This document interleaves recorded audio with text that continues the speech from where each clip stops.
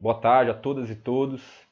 Eu me chamo Leonardo da Costa Vergara, sou biólogo, mestre em educação pela Universidade Federal de Goiás, trabalho na Secretaria de Estado da Saúde, na coordenação de promoção da equidade em saúde, e é uma satisfação muito grande participar desse projeto, desse processo do NAJUP, um processo colaborativo e de iniciativa popular. Então, vamos falar um pouquinho sobre a efetivação de direitos e a importância da organização política da população em situação de rua nessa nossa sociedade, né? Eu quero situar a minha epistemologia, a dialética marxiana, né? E eu entendo a, a sociedade, a realidade da sociedade a partir dessa determinação histórica, né, que o capitalismo pôs na sociabilidade humana, organizando, desorganizando e produzindo a estrutura social. Tá? E, nesse sentido, capital e trabalho, né, a sociedade capitalista, ela se estrutura, né, na contradição de duas grandes classes, né, de duas classes. Uma que detém os meios de produção, que consegue efetivar, né, a aquisição e a compra de maquinário para constituir a indústria, né? Então, o capital e o capitalista operando os meios de produção e o trabalho como força que opera e que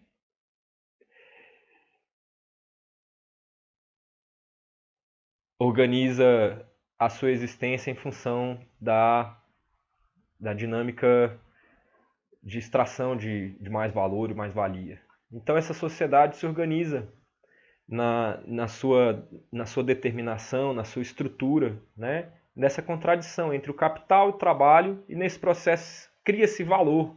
Valor entre essas classes, valor entre esses distintos lugares, né?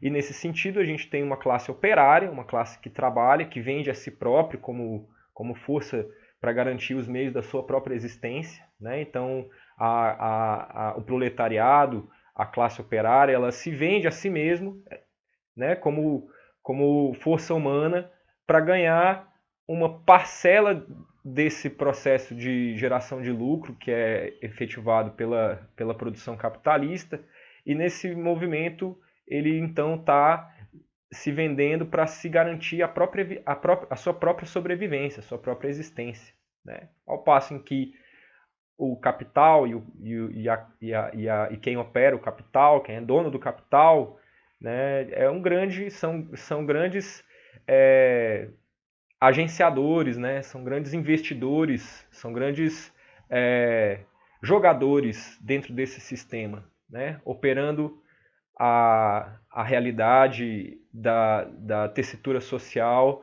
ao seu favor, e aí não ao favor dessas pessoas, mas a favor da manutenção e reprodução do próprio sistema, né? O capitalista trabalha para mediar o funcionamento e a garantia de efetivação do próprio sistema, né?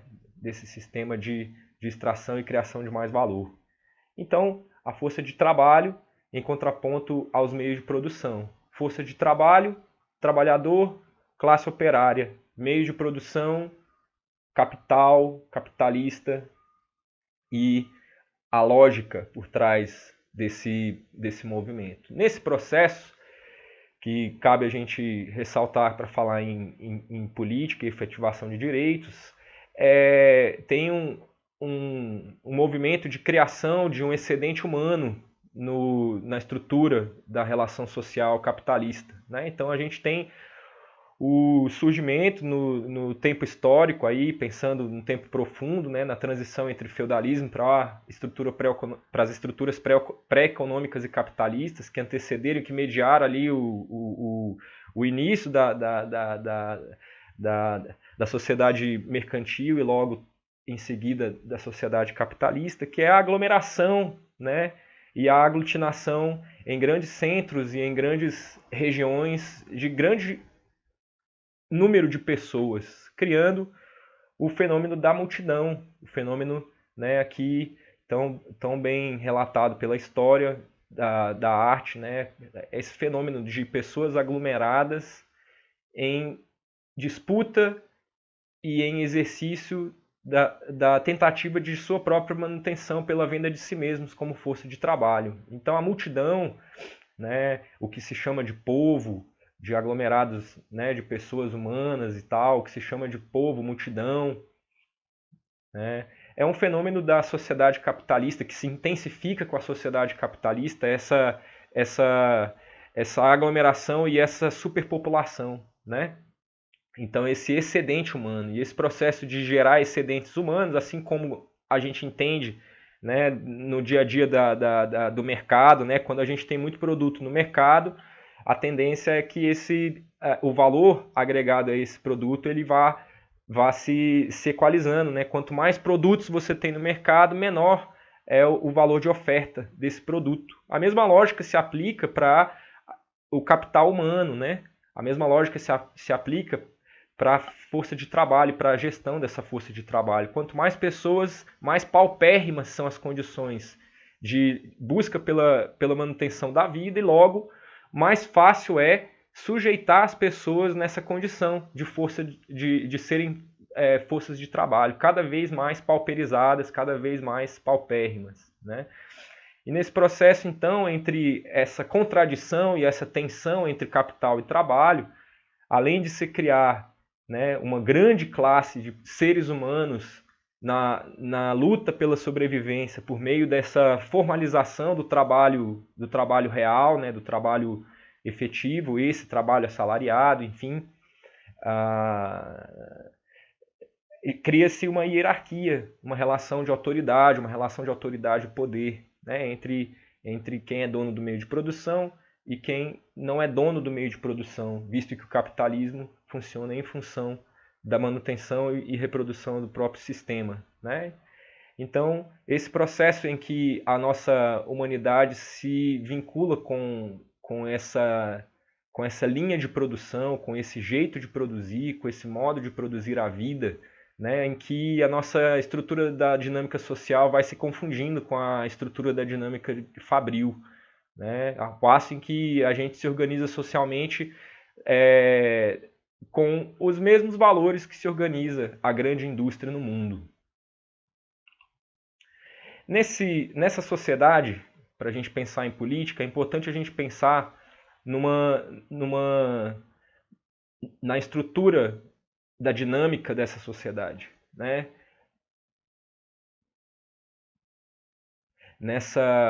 Nessa sociedade existe duas esferas que estruturam a produção da própria realidade mesmo, que é uma infraestrutura que funciona como base, né, como base real, como base material da existência das relações humanas, chamada de infraestrutura, que é onde estão todas toda a materialidade concreta da vida e das relações humanas, né? Então, aqui na infraestrutura é onde estão as forças produtivas, a tecnologia, né? O conhecimento, os próprios trabalhadores estão aqui na infraestrutura, né? Então, toda a realidade material, a indústria, né? As relações de produção que permeiam a venda de força de trabalho, né? Os direitos de propriedade sobre o meio de produção, o direito de propriedade privada, toda essa estrutura concreta da vida, ela acontece aqui na infraestrutura. E essa forma de organizar a infraestrutura, ela precisa de ter uma legitimação para existir. Então, o capitalismo se organiza na sua estrutura, na cooptação, né, da extração de força de vida das pessoas, dos trabalhadores, para colocar essa força e energia de vida para produzir os produtos, para produzir as mercadorias, né, para poder legitimar esse sistema de sociabilidade, é necessário criar meios para legitimar essa realidade. E aí, da infraestrutura, se produz uma superestrutura de aglutinação de valores, de senso ético, de um aparato jurídico para fundamentar essa existência real, para fundamentar esse modo de produção, para fundamentar essa produção, né?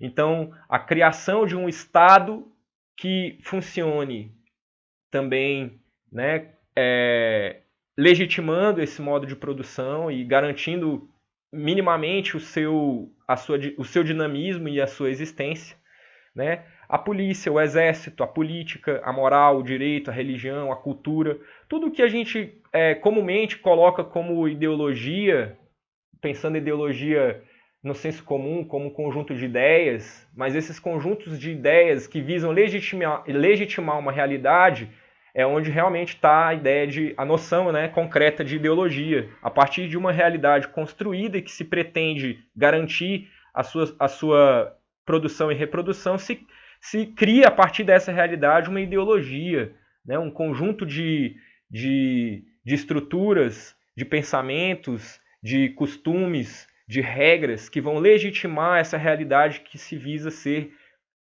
progressiva na história, né? Então, nesse sentido, a sociedade, né, ela se organiza nessa dinâmica entre infraestrutura e superestrutura. E então, aqui na infraestrutura, se a gente pensar pelo lado do opressor, na infraestrutura que estão as relações de produção, de extração de mais-valia, né? Para se criar uma superestrutura que legitime essa extração e faça a mediação dessa extração por meio, por exemplo, de um contrato de trabalho, da formalização dessa extração, né, do trabalho formalizado por meio de uma carteira de trabalho ou por meio de uma formalização mínima que seja, né? Mas aqui também, nesse mesmo processo em que a infraestrutura cria uma superestrutura, é onde as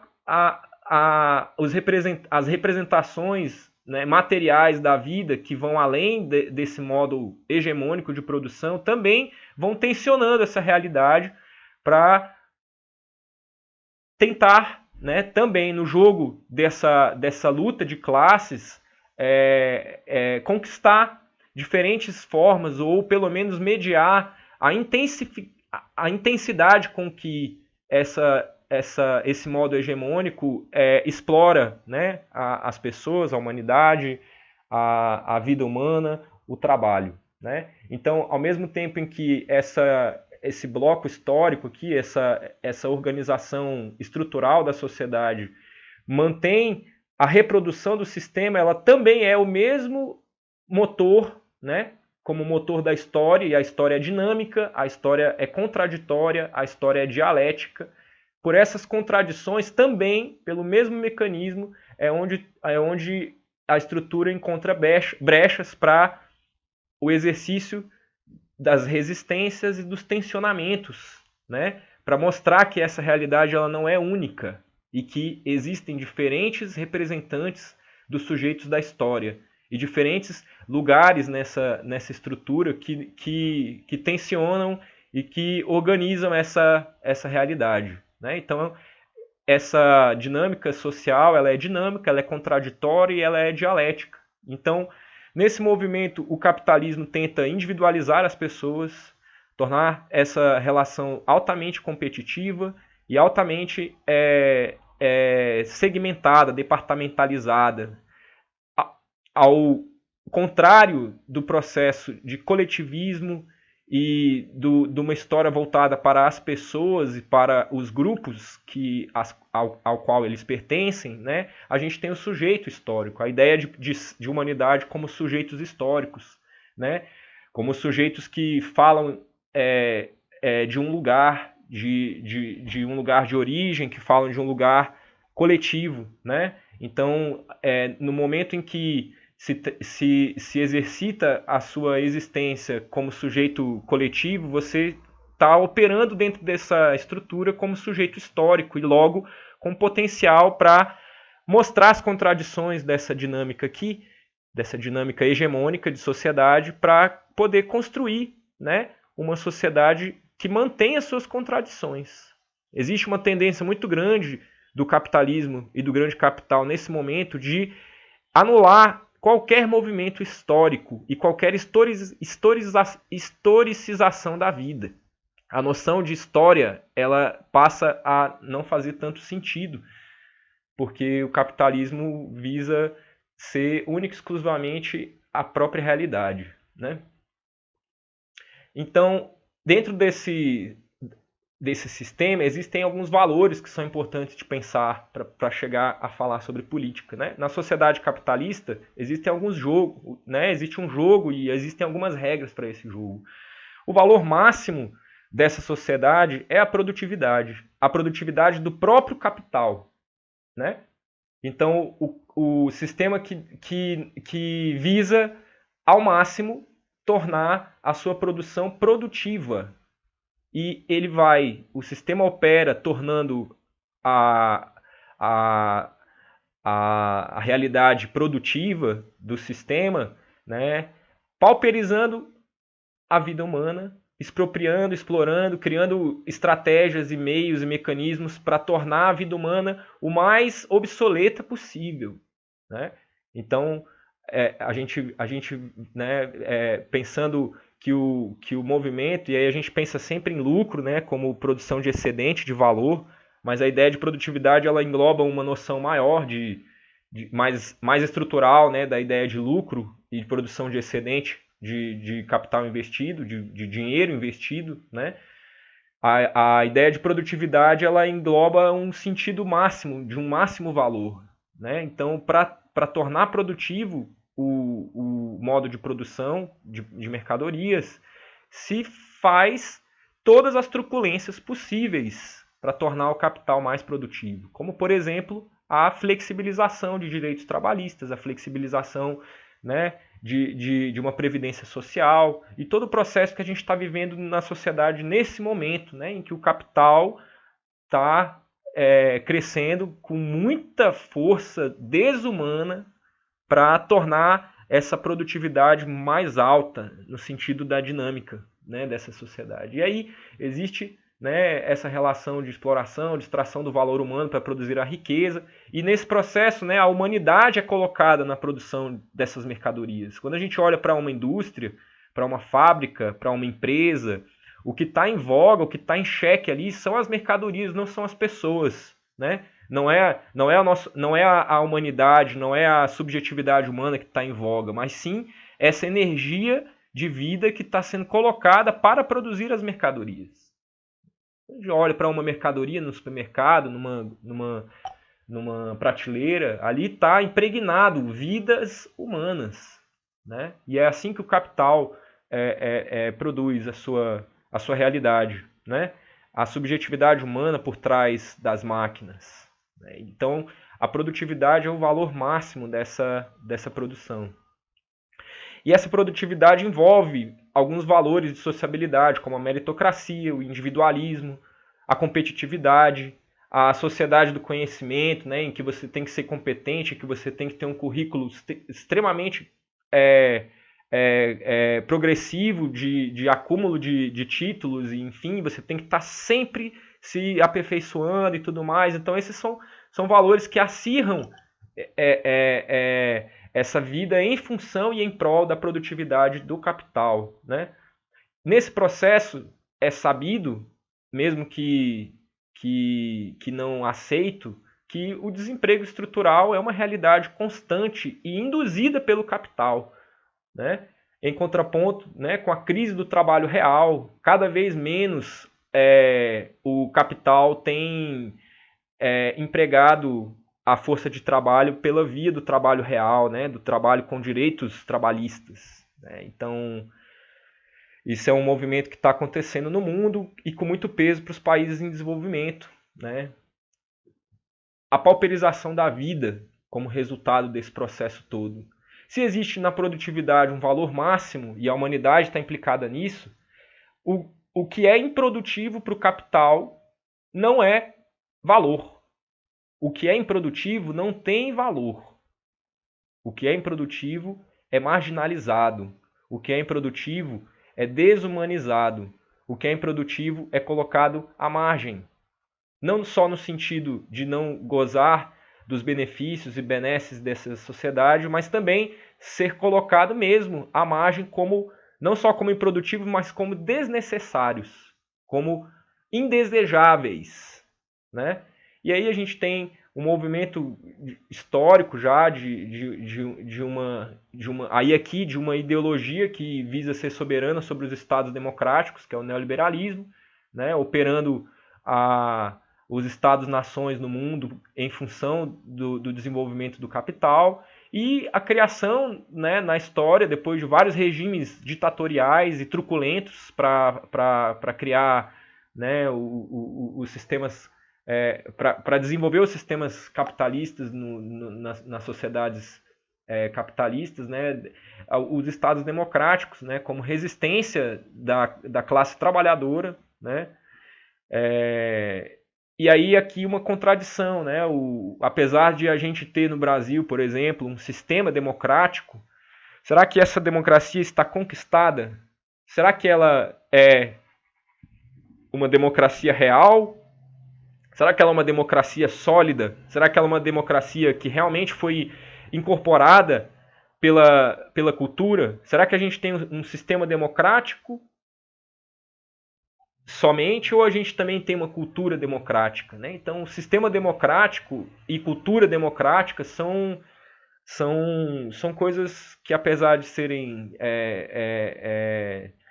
assim implicadas umas com as outras, elas não são a mesma coisa, né? Então, sistema democrático e cultura democrática são coisas muito diferentes, né? A cultura democrática é o fazer, é o viver em coletividade, é o viver de forma colaborativa, é o viver com representação, é o viver com representatividade, né? É o construir juntos, né? Então, esse Estado neoliberal que se acirra nesse momento, né, com um governo muito vinculado com uma truculenta investida, né, de necropolítica e de um Estado suicidário, né, apontado aí por estudos próximos aí do Achille Mbembe e até mesmo do Safatli também, que aponta, que tem analisado, né, essa relação da destruição do Estado por dentro, né, da implosão do Estado como um Estado suicidário. E nesse processo, então, existe uma gestão das vidas, né, uma gestão do excedente humano global. E nesse momento, para o capital, esse excedente humano que está totalmente improdutivo, ele é totalmente desnecessário. Né? Infelizmente, a gente chegou nesse ponto da história em que o capital está, por tudo, tentando criar meios e estratégias, não só para criminalizar a extrema pobreza, como também para aniquilar, higienizar a sociabilidade, né, do convívio com os totalmente improdutivos. Então a gente vive, apesar de parecer que está tudo dado e acabou, né, a história mostra que essa tensão colocada pela classe trabalhadora, né, e aí diferentes representatividades dentro dessa classe, colocando aqui inclusive as insígnias e os valores de orientação sexual, de raça-cor, né, de todas as vulnerabilidades e marcadores sociais implicados dentro dessa única classe de trabalhadores e trabalhadoras. Né? Então a gente tem uma democracia que se mantém pelas tensões, pelos tensionamentos e pela luta desses grupos, né? Apesar de ser um sistema que está em risco, né? Direitos trabalhistas, direitos humanos fundamentais, o direito e o exercício político, né? Todo esse movimento que é protagonizado e tensionado pela classe trabalhadora mostra que a história ela não está dada pelo capital. Existe o tensionamento, existe a investida para mostrar essas tensões, essas contradições. Né? E aí, nesse movimento da improdutividade, a organização da humanidade na rua, né? Em que lugar que se coloca a humanidade na rua, né? A organização política para a resistência, para a existência e para a sobrevivência. Primeiro que a população em situação de rua representa talvez dos grupos mais marginais que essa sociedade produziu ao longo da história. E não só a capitalista, como outros modos de produção, também existia a condição humana na rua, né? A população em situação de rua, então, representa o grupo dos mais improdutivos, pensando nessa lógica, né, de estrutura sujeito, sociedade, capital. São os mais marginalizados nesse sentido de não ocuparem um peso significativo, profundo no desenvolvimento do capital. E por isso a sua invisibilidade, por isso a sua marginalização, por isso o seu anonimato, por isso que a rua, né, e as pessoas que ocupam a rua como lugar, né, são consideradas com tanto preconceito, com tanto desdém, com tanto desvalor humano, né? A rua é o lugar da não existência, né? É o lugar de trânsito na nossa sociedade, extremamente da propriedade privada e tal, e da vida compartimentalizada em casas, em apartamentos, em vida, né? A vida que acontece na rua, ou ela é em função da efetivação do direito como trabalhador nessa sociedade, que é comprar, né? Exercer o direito de compra, né? E venda, assim como também é o lugar de trânsito entre os lugares. Então é o não lugar, né? E para essa humanidade na rua criar um processo de resistência a esse movimento todo que vem se operando com muita força, né, de criminalização das condições de marginalização, é que é muito importante entender, né, que primeiro a história ela não é dada, ela é feita pelo tensionamento, né, e apesar de existir uma estrutura que marginaliza a população em situação de rua, existe a própria população em situação de rua que representa como classe esse grupo humano para se mostrar e para dizer de si sobre a realidade que ela própria vive. Então, política, nesse sentido, é muito mais do que uma representatividade republicana, né, do poder.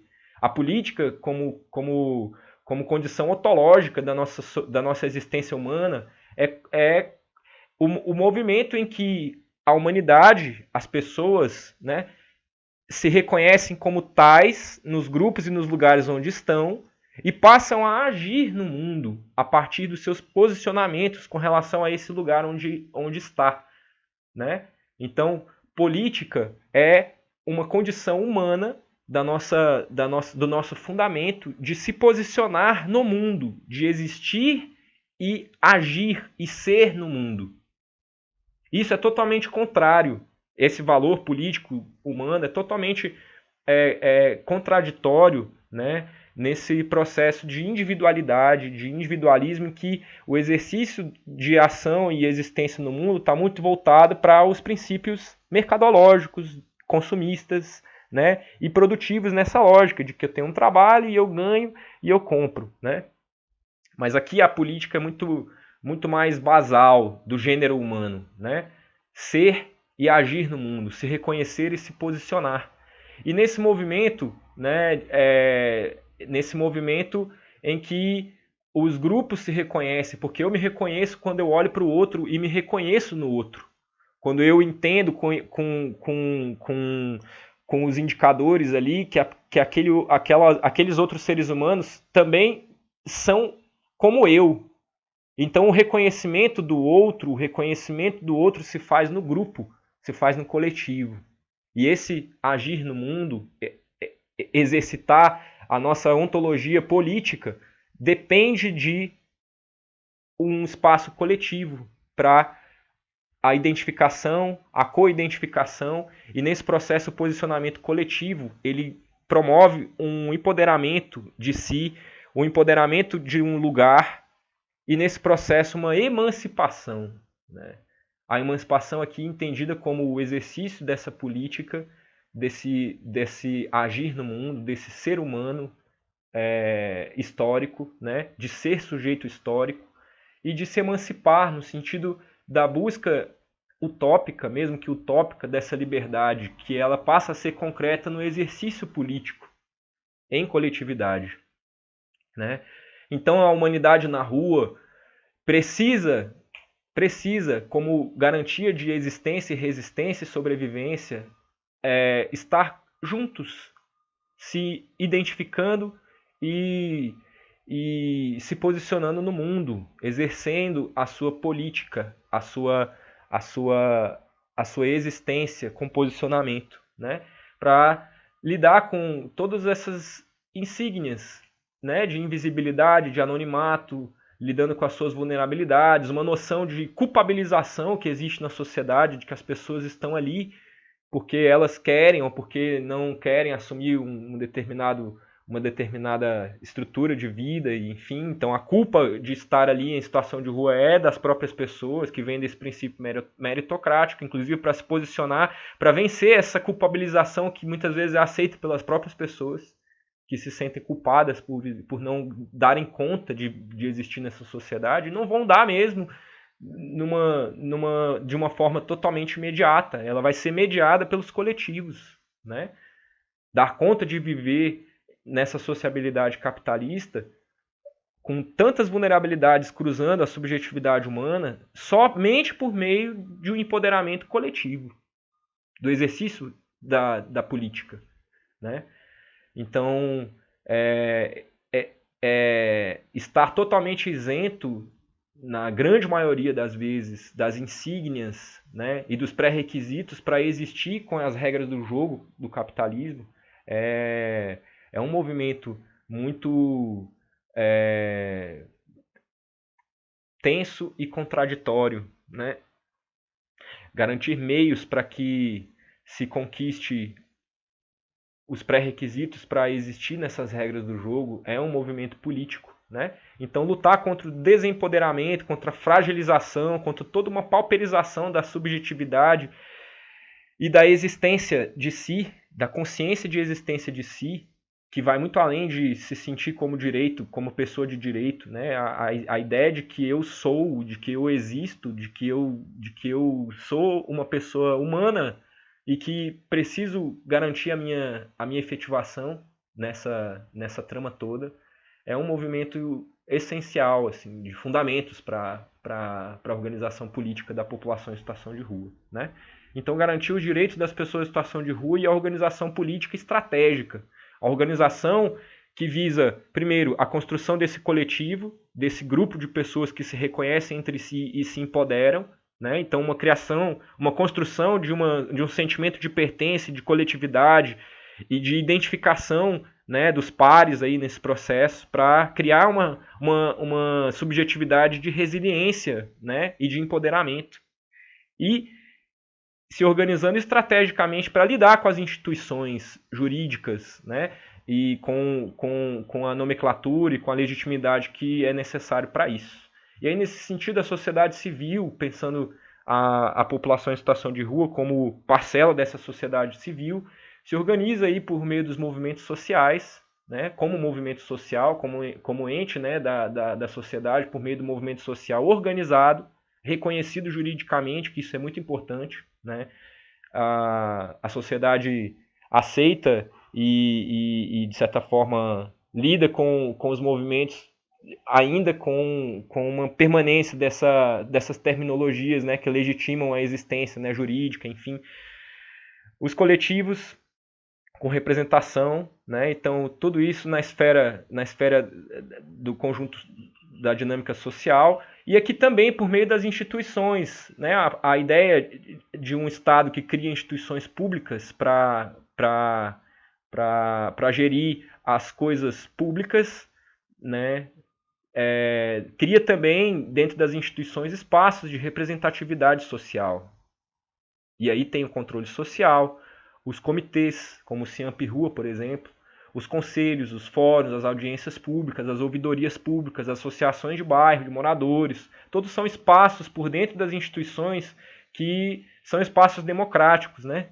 num sistema democrático se tem ainda a manutenção, né, de espaços democráticos e de escuta e de construção coletiva, né?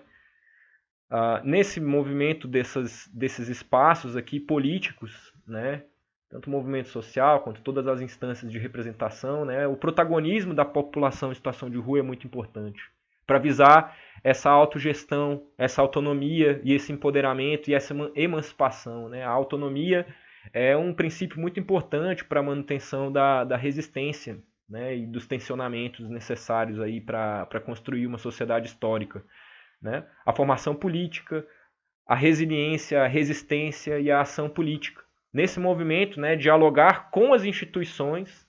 Então, o movimento da população em situação de rua, pensando como coletivo, político, né, dialogando com as instituições por meio desses lugares de escuta e de construção coletiva, dialogar com as instituições fazendo proposituras, fazendo provocações, né, assim como também por meio de protestos e denúncias, né, nos pontos em que as instituições, apesar de serem públicas, estão, inclusive, promovendo processos de desigualdades ou de ruptura e agressão aos direitos humanos, né? E a organização política da população em situação de rua e também a organização política com a população em situação de rua. Porque eu acho que o protagonismo da ação política de um grupo ele nunca é único e exclusivamente do próprio grupo, né? Porque apesar da população em situação de rua ser